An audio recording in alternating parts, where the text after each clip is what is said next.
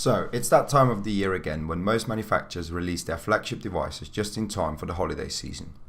Google is no different with their release of the Nexus 5 in an attempt to bring a powerful smartphone at minimal cost to the masses. As it's Google's flagship device, it also comes preloaded with the latest version of Android 4.4 KitKat in its purest form, and I'll be giving you my thoughts about it and the Nexus 5 in today's video. So let's start by taking a look around the handset and its design and build quality. Just like last year, LG has been tasked with manufacturing a device, and fortunately the build quality is completely different this time around.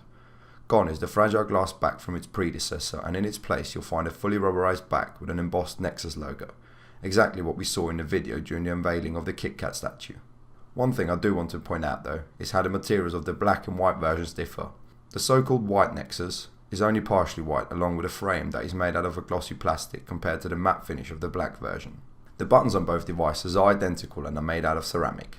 They are located on either side of the device in a quite comfortable position, but only if you have larger hands. Returning to the rear of the device, you'll see this pretty big lens in the top left hand corner, and this is due to Google shipping their devices with an optically stabilized 8 megapixel sensor. It is slightly protruding from the phone, so you might want to get a case for it to stop it from getting scratched or damaged.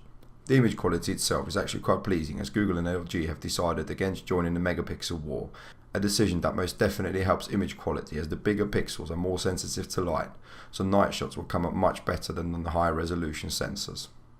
The camera software has largely remained the same, and all you get is a basic camera app with all the standard features like changing the flash or white balance.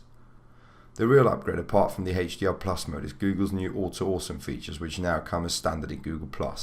It recognises the image your image is taken and either compiles a panorama, an action shot or a motion sequence. It will also automatically enhance a single picture by changing whatever the algorithm thinks is wrong with the image. These are only the improvements worth noting, but if you want to find out all the improvements, then hit the link in the description for a more detailed read. The front of the device is pretty plain, with only the front-facing 1.3 megapixel camera and a perforated speaker visible. Just like the previous two editions, Google have decided to go with software buttons, giving the device a very minimalistic and clean look. The top and bottom house the 3.5mm headphone jack and the mono speaker respectively. The latter is probably the weakest part of the device and features a similar style found on the iPhone 5S. The problem with it is that even though there are two speaker grills, it's only the left side that produces a sound, with the right side acting as a microphone. It also doesn't sound particularly pleasing, especially when turning the volume up. Google started a trend with the release of the Nexus 4 by making the device a bit more budget friendly and only focusing on the most important features. Luckily though, the Nexus 5 comes with probably the most powerful quad-core CPU to date, the Snapdragon 800, only found in a handful of Android devices. It also features a very respectable 2GB of RAM, and the Adreno 330 GPU is there to power the display. This is another area where Google and LG went all guns blazing.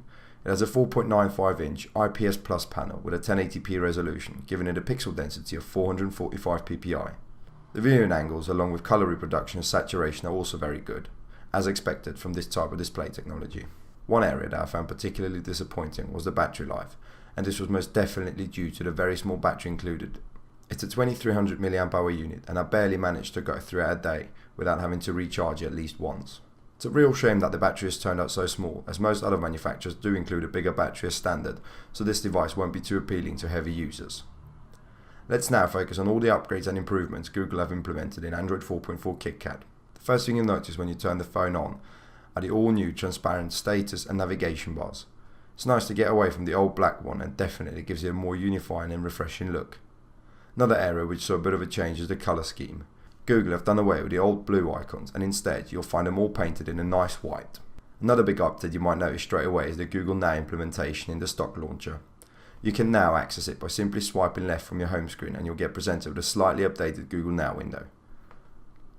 There are many new improvements in terms of what data will be displayed and how it is displayed, but the main functionality is fundamentally the same.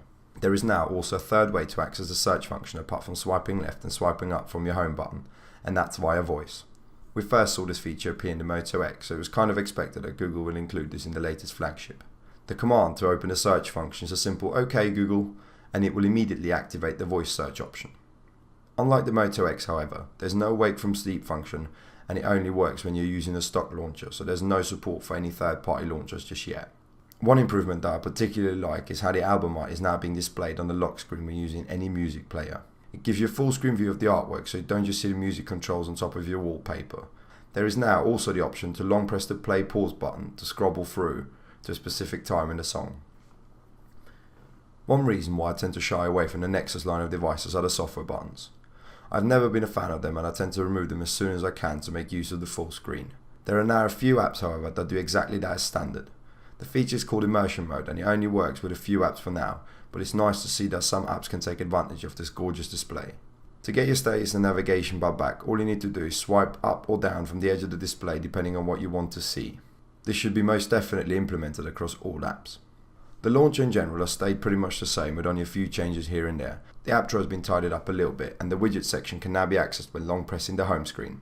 Most of the improvements to KitKat come under the skin to make the UI even more fluid and increase multitasking speed and overall day-to-day usage by including even more butter. Google have once again managed to keep the cost down and yet focus on the most important parts of the smartphone without blowing the budget, and I'm pleasantly surprised by LG's manufacturing and design. So overall I can quite comfortably say this is the best handset on the market, if you also consider the price and not just go by specs alone, that is. It's not my cup of tea though, as I just love big displays like the Note 3 or the HTC One Max, but then again that's just my personal preference. So thank you very much for watching this review of the Nexus 5.